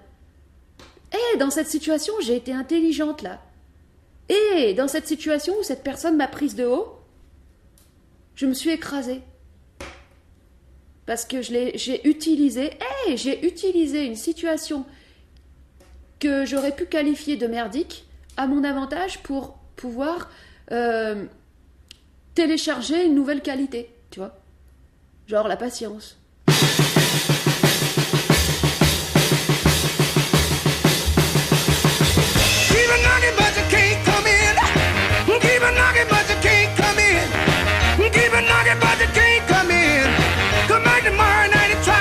Lecture du texte. Bonne écoute. De la nécessité. J'ai besoin d'écrire pour partager un moyen de retrouver le chemin de Dieu quand on l'a perdu. J'utilise volontairement le mot Dieu, car de cette manière tout le monde comprend que je parle de l'absolu, du vrai, de l'éternel, et même ceux qui n'y croient pas comprennent ce mot. Peut-être que vous ressentez un ennui à l'intérieur de vous, une lourdeur, une fatigue lancinante, et vous ne comprenez pas d'où provient cet ennui, car votre vie est bien remplie. Vous avez tant de choses à faire que vous n'avez pas de place pour l'ennui. Cependant, vous ressentez un manque profond que vous ne pouvez identifier. Vous avez tout essayé pour vous divertir, vous changer les idées, oublier cette lourdeur sous-jacente, mais rien n'y fait. Le monde vous ennuie, les gens vous ennuient, et l'idée même de devoir vous sortir de l'ennui vous ennuie. Vous vous dites que si vous continuez ainsi, vous allez devenir une petite vieille ou un petit vieux rabougri. Peut-être que vous pensez avoir un manque spirituel. Peut-être que vous avez recommencé à lire des livres et à écouter des personnes qui parlent de choses spirituelles. Dans un premier temps, cela vous a fait du bien et vous a redonné espoir, envie d'aimer et envie d'y croire. Puis une mélancolie s'est emparée de vous. Vous savez que ce que disent ces gens est vrai, que Dieu existe certainement, qu'après la mort il y a la vie éternelle, mais vous n'arrivez pas à ressentir cet absolu dans votre quotidien. Vous avez même la sensation qu'il s'éloigne de vous à mesure que vous le convoitez. Alors vous faites de la méditation, vous posez des intentions, mais la tristesse gagne du terrain et le manque intérieur se creuse. Une histoire se raconte dans votre tête que vous n'êtes peut-être pas une bonne personne, que vous ne faites pas les bons choix, que vous avez besoin d'un guide. Alors vous vous mettez à interpréter toutes sortes de signes, de paroles, d'actions, de rencontres et de rêves. Tantôt vous vous sentez jovial et optimiste, tantôt vous êtes déçu et pessimiste. Vous avez conscience que vous traversez peut-être une dépression, mais il est hors de question pour vous d'aller voir un psy, car vous n'avez pas confiance en ces professionnels qui, selon vous, ne sont pas suffisamment spirituels. Vous craignez également de vous enfoncer encore plus dans votre mal-être, alors que votre but est d'atteindre l'absolu, quelque chose de très haut et de très élevé. Vous vous sentez bloqué, pris dans une impasse. Vous menez votre vie en attendant des jours meilleurs. Mais le monde vous déprime de plus en plus. Les informations anxiogènes, les menaces de guerres et de crises, la haine sur les réseaux sociaux, la médiocrité des collègues, l'indifférence de votre entourage, le paysage autour de vous, terne, humide et désolé. Je suis passé par ces sensations et ma technique était de combler le manque en me stimulant via la multiplication des projets. Mais ce manque créait en moi un stress doublé de la sensation de porter le poids du monde sur mes épaules, de devoir tout contrôler et d'être épuisé de cela. Je priais, je convoitais une force extérieure et supérieure à moi-même, telle une pauvre créature pétrie dans son complexe d'infériorité. De cette manière, je rendais le contact avec cette force impossible, car, en me considérant inférieur à elle, je ne croyais pas en moi, et je ne croyais pas non plus au pouvoir de mes propres intentions. Cela me maintenait dans une posture de victime, de mendiante et d'écolière, qui cherchait à récolter des bons points pour sa bonne attitude. Je me disais que lorsque je serais devenue une bonne personne, Dieu viendrait me parler. Mais il n'est jamais venu.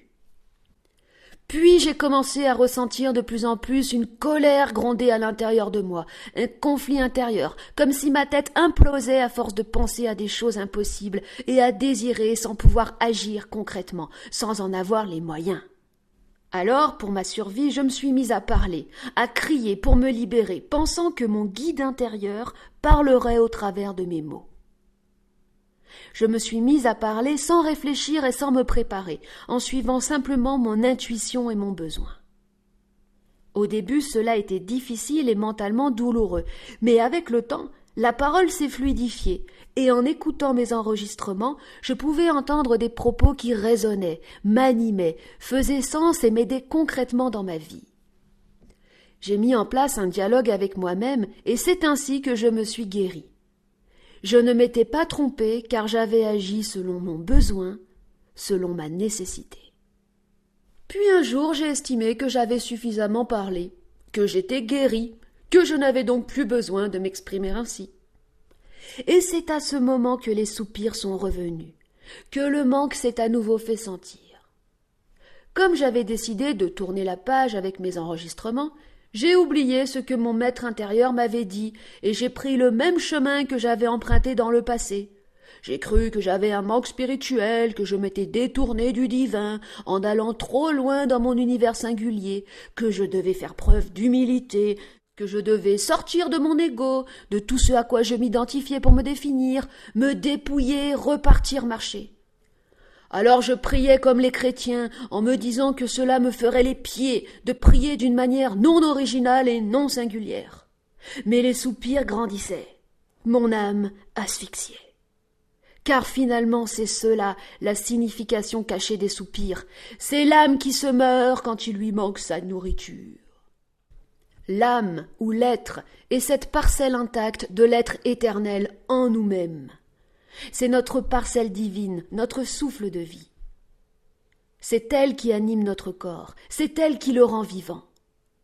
C'est le souffle à la fois physique et métaphysique, car si ton âme se meurt, tu vas manquer d'inspiration, et l'existence ainsi que ton propre corps te paraîtront lourds et écrasants.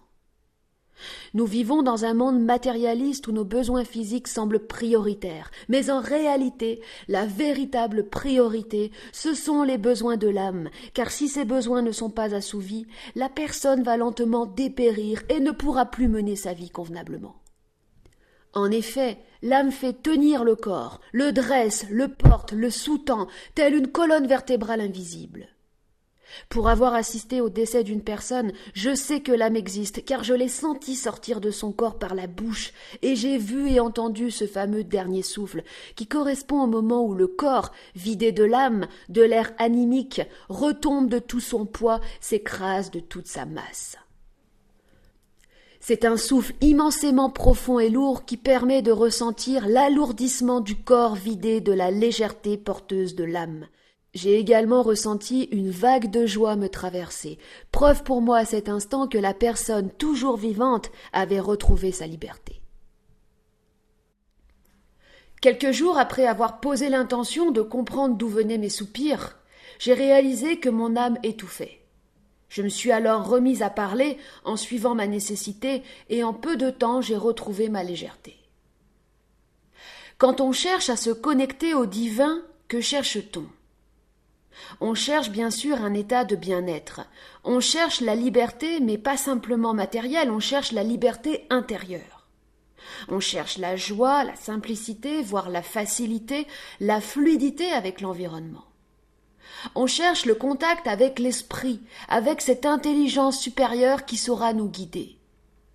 On cherche à être dans cet état d'enfance tout en étant adulte et responsable, lucide. On cherche l'amour, mais on cherche l'amour libre et l'amour propre. Mais on ne connaît pas le chemin et on ne sait pas comment s'y prendre. Le point de départ de ma quête il y a 10 ans a été de me dire qu'il y avait forcément une autre réalité, qu'il ne pouvait pas y avoir que celle-ci. Je me suis intéressée au vaudou, aux esprits, au paranormal, puis ce qui m'a éveillée au divin, ce sont les témoignages des personnes ayant vécu des expériences de mort imminente. Dans un premier temps, cela m'a apporté beaucoup d'espoir et de soulagement de savoir que la mort physique n'était pas une finalité en soi, mais un passage vers une autre vie. Puis, dans un second temps, j'ai ressenti de la tristesse. Car le problème, c'est qu'en écoutant ces témoignages et ces expériences extraordinaires, transformatrices, miraculeuses, qui libèrent définitivement les personnes de la peur et de l'orgueil, qui les font toucher à l'amour divin, c'est qu'on désire forcément vivre une expérience d'une telle intensité. Le fait de ne pas y arriver crée alors une frustration qui nourrit les complexes d'infériorité, voire de victimisation, et la victimisation, c'est la mort de l'âme. Et quand on est mort intérieurement, on cherche à atteindre la lumière et on se laisse facilement hypnotiser. D'ailleurs, en écoutant ces témoignages, on se focalise sur la lumière, sur l'amour, sur le beau, sur le bien. On oublie que ce qui a conduit ces personnes à vivre ce genre d'expérience au cours de leur existence terrestre, ce n'est ni le beau, ni le bien, ni la lumière, mais la nécessité. En effet, ces personnes étaient à l'article de la mort physique et ou de la mort de l'âme. Certaines étaient prises dans un accident, une intoxication, une maladie grave ou une tentative de suicide. C'est parce que leur existence était remise en question et qu'elles étaient dans une situation réellement difficile que le divin s'est manifesté. Donc si on se met carrément à la place de Dieu, il attend que l'homme soit acculé dans une situation dangereuse afin de se manifester. Pourquoi Dieu fait-il cela? Est-il cruel? Prend-il plaisir à torturer ces pauvres créatures? Eh bien, à sa place, on ferait exactement la même chose, car tant que l'on ne se retrouve pas dans une réelle difficulté, on ne peut pas ressentir la profonde nécessité, l'appel de l'âme. Finalement, tant que la vie ne nous met pas à l'épreuve, nous continuons de nous abreuver de choses toxiques et mortelles, ou de pratiquer des choses que l'on croit pures, mais en les faisant d'une manière toxique et mortelle. On se plaint, mais on continue. Alors qu'est-ce qui est toxique et mortel pour l'âme? Eh bien, tout ce que l'on fait par mécanisme, mimétisme, conformisme social, victimisation, complaisance, remplissage, obsession, superficialité, en étant coupé de notre réelle nécessité. La voie qui mène au divin, à la reconnexion avec l'âme, avec notre parcelle divine, c'est la nécessité. La nécessité, c'est le degré le plus élevé du besoin. La nécessité, c'est un besoin non négociable, essentiel et vital. Il y a des nécessités physiques, qui sont des nécessités concrètes, tangibles, et il y a des nécessités immatérielles, comme celle de se connecter à son âme, de se sentir vivant de l'intérieur, de se sentir léger, porté, animé. L'erreur que nous faisons quand nous ressentons les soupirs, l'ennui ineffable, c'est de croire qu'il provient de l'extérieur, du décor, de l'environnement. L'erreur est également de chercher une porte de sortie par le haut. Or, ce qui nous porte, nous anime, nous met en mouvement, nous rend libres, provient de l'intérieur. Ensuite, j'ai observé que l'âme complotait. Elle complotait pour nous isoler de notre vie sociale, tout du moins de notre vie mondaine et superficielle, que ce soit par la maladie, le drame ou par la différence physique, par une hypersensibilité rendant impossible de supporter les autres trop longtemps. Nietzsche disait que l'homme doit réaliser qu'en son âme sommeille un volcan, gronde une tempête, une dépression. La dépression est ce qui nous enfonce dans nos ténèbres et nous isole des autres. Si l'isolement et le repli sur soi sont mal perçus, associés au danger et à la maladie, c'est parce que l'animal s'isole pour mourir. L'isolement est donc signe de mort. Et c'est en effet à une certaine mort que nous conduit l'âme, une mort de cette existence superficielle, une mort également de l'orgueil, son antithèse, à savoir un système de contrôle rigide et figé, non vivant et non évolutif. Par la maladie, par les difficultés, par la différence, l'âme complote à nous isoler pour réaliser l'aspect illusoire de ce système de contrôle. Et je dis que c'est un complot de l'âme, car il n'y a que dans la profonde solitude que l'on peut accueillir sa nécessité intérieure. Tant que l'on vit avec les autres, leurs besoins deviennent fatalement les nôtres et notre identité se construit par rapport à eux. La première étape réelle dans le processus de reconnexion est donc un effondrement intérieur. Un effondrement de l'orgueil et de l'ego social devenu obsolète. Cet effondrement est vécu dans la maladie ou la perte, et la personne réalise qu'elle ne contrôle absolument rien, et que les personnes qu'elle croyait proches lui sont étrangères. Elle réalise qu'elle n'a aucune prise ni sur son environnement ni sur elle-même, et qu'elle n'a d'autre choix que de s'en remettre à la toute-puissance de l'Éternel pour en devenir son vecteur, son expression. C'est ce qu'expriment les personnes qui disent avoir rencontré Jésus. Elles ont rencontré l'être absolu, l'aspect le plus humain de notre humanité, à savoir notre potentiel divin. Un être d'une telle grandeur et d'une telle puissance que la personne n'a plus d'autre choix que de s'incliner devant lui, de s'incliner devant l'être. Cette puissance est exprimée par une acceptation absolue de ce qui est, une compréhension absolue de tout, une transparence totale, une présence d'une intensité maximale. Nous sommes aujourd'hui dans l'ère de l'ego. Les familles explosent, les couples se séparent, les cas de dépression se multiplient, comme si tout conspirait pour nous ramener à nous-mêmes. Il y a de plus en plus d'ouvrages, de films, de vidéos qui traitent du sujet de la reconnexion à soi. Sur les réseaux sociaux, on ne cesse de voir des gens qui s'exposent eux-mêmes dans leur monde à eux. Ceci est un grand changement par rapport au siècle dernier où les personnes ne connaissaient pas encore la notion de choix personnel, de carrière, de projet. Ils faisaient comme leurs parents, ils faisaient ce qu'il y avait à faire sans se poser de questions. Ils appartenaient à une famille et existaient en tant qu'appartenant à la dite famille. Tout s'est accéléré après la Deuxième Guerre mondiale et l'arrivée de la société de consommation où les gens se sont mis à désirer tout un tas de choses, à vouloir leur compte en banque et leur voiture personnelle pour aller où ils veulent et quand ils veulent, autant les hommes que les femmes. Certains pensent que cet égocentrisme est mauvais, alors qu'il est nécessaire, mais dans le sens où la personne se recentre réellement sur elle-même. Cependant, je réalise, en écrivant ce texte, que l'égocentrisme ne peut pas être une finalité en soi, et que la personne 100% recentrée sur elle-même va finir à un moment donné par souffrir, soupirer, porter le poids du monde sur ses épaules, le poids de son monde. Parce qu'il y a en nous le besoin, que l'on doit pouvoir accueillir, de réaliser qu'il y a plus grand que soi. C'est cela, cette conscience-là qu'on pourrait appeler la conscience cosmique, qui nous permet d'avoir toujours à l'esprit que nous ne contrôlons rien, que c'est Dieu qui gouverne. Dieu renvoie à la notion de force, de toute puissance. Dieu, c'est la toute puissance. Et qu'est-ce qui est tout puissant ? La vie. Car si demain une bombe nucléaire détruit tout à la surface de la planète, la vie finira quand même par revenir. La toute-puissance, c'est la vie dans son principe éternel, indestructible et en évolution permanente. L'évolution de l'homme et de sa conscience va de pair avec l'intégration de l'existence de Dieu. C'est ce qui lui a permis, en se mettant à la place de cet être, en tentant de se mettre à sa place, de se percevoir depuis l'extérieur et de développer ainsi une conscience de lui-même. Pour ma part, j'ai constaté à l'échelle de mon existence que ma vie était plus facile et plus légère quand j'avais à l'esprit qu'il y a plus grand que moi. Quand j'arrêtais de tout contrôler, de tout porter, pour devenir un serviteur de l'être.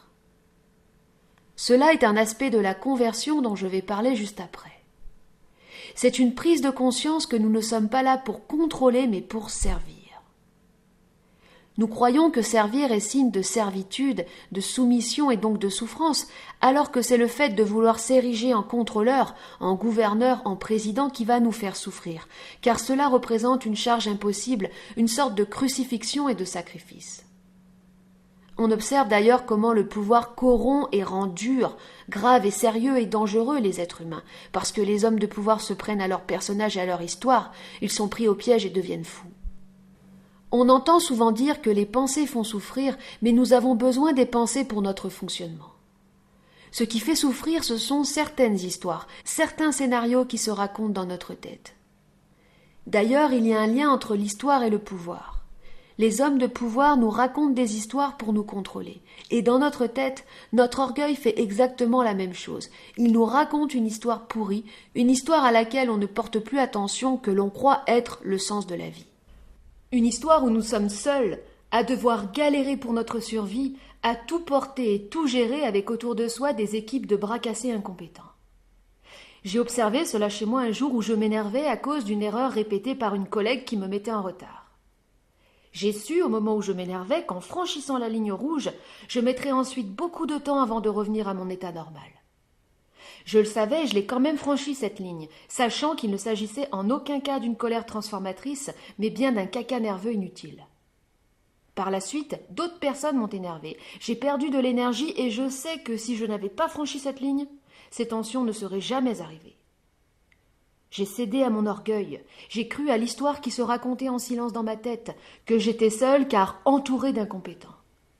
Et c'est cela qui m'a fait du mal, pas le fait d'être en retard à cause d'une erreur. Et quand tu te dis « mais quelle vie de merde, j'en chie aujourd'hui », tu n'as pas conscience d'être instrumentalisé par ton propre scénario victimaire. Peut-être est-ce le diable qui nous parle, une énergie qui nous tire vers le bas, qui nous fait croire qu'on serait mieux en haut de la pyramide avec plus d'argent et plus de notoriété, plus de responsabilité. Mais en réalité, pour se sentir léger, il ne faut plus rien vouloir contrôler et se mettre intégralement au service de l'être. Dans ce service à l'être, on devient un vecteur au travers duquel l'énergie de vie peut passer. Ce sont aussi des antennes qui nous poussent, une connexion qui s'établit et permettra d'obtenir tout ce qui nous est nécessaire. La conscience cosmique est une conscience expansive, de mouvement opposé à la conscience individuelle, qui est elle une conscience concentrique ou centrifuge. Ces deux mouvements opposés de conscience créent une dynamique permettant l'évolution, comme on observe en image de synthèse la matière de l'univers qui grandit en se contractant et en se déployant. Peut-être que la conscience fonctionne comme un cœur qui bat, et pour permettre la respiration, le souffle, elle a besoin de ces deux aspects. Lorsqu'une personne vit son apocalypse, elle réalise qu'elle n'est plus un organe de contrôle, de volonté, de courage, de force isolée, mais un vecteur du divin, et qu'elle doit être pour cela dans un état de réceptivité, d'écoute, d'accueil, de non-jugement, de non-réaction dans un premier temps, pour réapprendre à sentir, réapprendre à percevoir, réapprendre à être vivant. Elle réalise que si elle ne contrôle plus rien, elle doit se laisser traverser. Cette étape correspond à la conversion. Elle est vécue intérieurement par la personne d'une manière solennelle, parfois religieuse, mais authentique, humble et sincère. La conversion passe par la prise de conscience du mal que l'on a fait aux autres. La personne va leur demander pardon auprès du divin afin de lui remettre les clés de son empire. C'est un acte qui va activer le démantèlement progressif du système de contrôle, ainsi qu'un démantèlement du système accusatoire, de la victimisation, de la complaisance dans la superficialité, les mondanités, les chamailleries, la médiocrité, l'hypocrisie, le fatalisme et le cynisme. Tout ce qui n'est pas vrai, tout ce qui n'est pas authentique en soi. Elle correspond à la nécessité de l'âme de trouver son salut, de se reconnecter à sa source première. Cette conversion, ce retour à la source, est la première nécessité de l'âme et le premier acte réel posé par la personne. C'est ce qui va lui permettre de ne plus être une marionnette de son illusion pour accéder à son être réel. C'est un changement de régime intégral qui marquera une étape fondamentale dans le développement de la personne et qui lui permettra de dire ensuite qu'il y a bien eu un avant et un après conversion. Même si le processus de transformation se fera par étapes, cet acte symbolique aura marqué dans l'esprit de la personne un changement de direction, un changement de comportement, un changement d'attitude, un changement de psychologie, et lui aura permis d'éveiller son maître intérieur.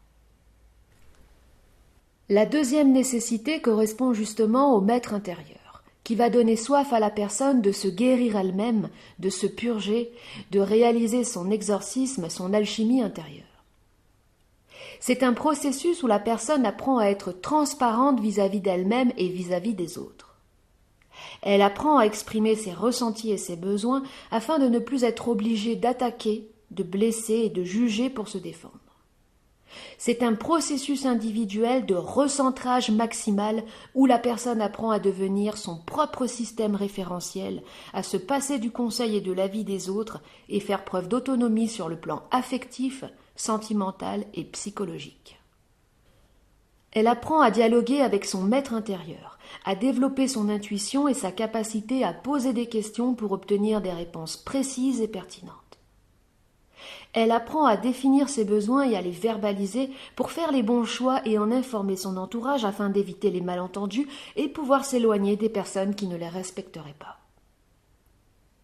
C'est là qu'arrive la troisième nécessité, celle d'apprendre à dire non. Non à ses propres mécanismes obsolètes et non à tout ce qui lui sera proposé et qui ne correspondra pas à un réel besoin. Elle développe également son autorité, sa fermeté, son intégrité, son sens du discernement, sa compréhension de la manipulation affective et mentale, sa capacité à ne plus se laisser instrumentaliser. La personne accouche de son ego, d'une structure psychologique d'intégrité qui lui permettra de faire des choix et d'agir en accord avec sa propre nécessité. Ainsi, elle commence à former son centre, son noyau, à devenir un monde. La quatrième nécessité va être de se reconnecter à son humanité en aidant les autres. Cela va permettre de transformer les expériences négatives du passé en enseignements et en outils. On entend souvent dire que cette phase correspond au complexe du sauveur, mais il s'agit en réalité d'un besoin essentiel de convertir des événements souffrants en intelligence pour ainsi transformer ses mémoires et se sentir humain, être humain, devenir humain, prendre confiance en soi et en ses véritables qualités, les seules qui aient une véritable valeur, à savoir ses qualités humaines. La cinquième nécessité va être de créer son propre univers, dans cette dynamique permanente de recentrage et d'expansion pour être en accord avec la vie, avec la création. Il ne faut pas avoir peur de se sentir différent, incompatible, voire de haïr parfois les autres, car c'est peut-être ton âme qui cherche à t'isoler pour te permettre de ressentir ta nécessité. Cette nécessité se ressent avant de pouvoir se dire dans les mots. C'est pourquoi il est inutile de solliciter le mental réflexif pour l'identifier. Il s'agit simplement de l'accepter et de la suivre. Dans les phénomènes de dépression, de burn-out professionnel, parental, dans les cas de troubles identitaires, de morcellement de l'ego, les personnes ne savent plus qui elles sont ni ce dont elles ont réellement besoin. Elles n'ont plus de but, elles sont coupées de leurs nécessités intérieures. De ce fait, n'ayant plus de priorité pour elles-mêmes, elles n'ont plus les moyens de poser les limites fermes et non négociables, je dirais les limites absolues vis-à-vis de leur entourage, et se laissent progressivement grignoter par les besoins des autres, rongées ensuite par la culpabilité de leurs pensées négatives, voire destructrices, conséquence de leur asphyxie intérieure. Grandit alors le sentiment d'être pris au piège et le besoin parfois de tout plaquer, ou dans les cas les plus extrêmes, d'agresser son entourage ou de se détruire soi-même. C'est un phénomène que j'ai vécu au travers de la vie de couple qui répondait à un conditionnement inscrit en moi, le programme Femme amoureuse, qui m'a fait désirer ce que mon couple désirait et ce dont l'autre avait besoin. C'est ce qui m'a conduit à ne plus savoir qui j'étais et à adopter des attitudes et des propos contradictoires. J'étais dissociée, coupée de mon âme, coupée de ma nécessité individuelle. Extérieurement, j'étais heureuse, mais intérieurement, j'étais morte. Il semblerait que nous ayons parfois des désirs, des objectifs et même des attitudes qui ne sont pas réellement les nôtres, qui sont l'expression de programmes et de conditionnements inconscients. La femme amoureuse croit qu'elle doit se mettre en couple et avoir des enfants avec l'homme de sa vie, et adopte une attitude dont elle s'étonnera elle-même plus tard. Il est écrit dans la Bible que Dieu a créé l'homme à son image. Et cela crée de nombreux malentendus, car on cherche à plaire et à ressembler à un être qu'on ne peut pas se représenter et qu'on ne peut pas imaginer. Ou alors on le personnifie et on adopte un comportement régressif et puéril. Si Dieu désigne en réalité la vie dans son principe éternel, c'est-à-dire le vrai réel, ce qui ne meurt jamais, ce qui ne disparaît jamais, ce qui est, alors pour être à l'image de Dieu, il faut être. Mais être quoi? Être vivant, être réel. Et ce qui te rend vivant et réel, ce ne sont pas les émotions ni les sensations excitantes qui te traversent quand tu fais une chose excitante et qui retombent aussi vite qu'elles sont montées. Ce qui te rend vivant et réel, c'est la connexion à ta nécessité. Dans l'expression de ta nécessité, tu es parfaitement connecté à ton âme, à ta source, et toutes tes qualités réelles, tes pouvoirs en quelque sorte, sont sollicités. C'est une forme de transe lucide.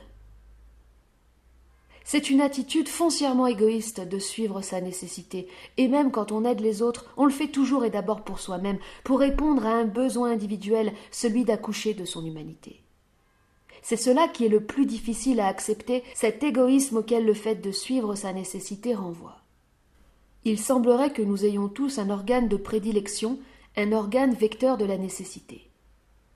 Pour ma part, il s'agit de la gorge, symbole de la parole, mais pour d'autres, ce peut être un autre organe. En tout cas, c'est dans la solitude, quand on débranche tout et qu'on se coupe de ses relations et de ses diverses activités de remplissage, que la nécessité se fait sentir au travers d'impulsions électriques qui vont créer des micro-contractions, des micro-conflits et pousser à l'action. L'action va consister à placer à l'extérieur de soi-même quelque chose qui était à l'intérieur. Ceci est très important. Le passage d'une chose intérieure vers l'extérieur, l'accouchement. L'accouchement est ce qui sépare la nécessité réelle de l'âme d'une simple activité compensatoire et de l'hyperactivité en général que l'on fait par mécanisme mais non par essentialité. L'essentiel, le nécessaire est toujours lié à quelque chose qui se fait sentir à l'intérieur de soi-même, quelque chose qui a besoin de sortir, de se manifester, même subtilement au travers d'une parole, d'une intention, d'une prière.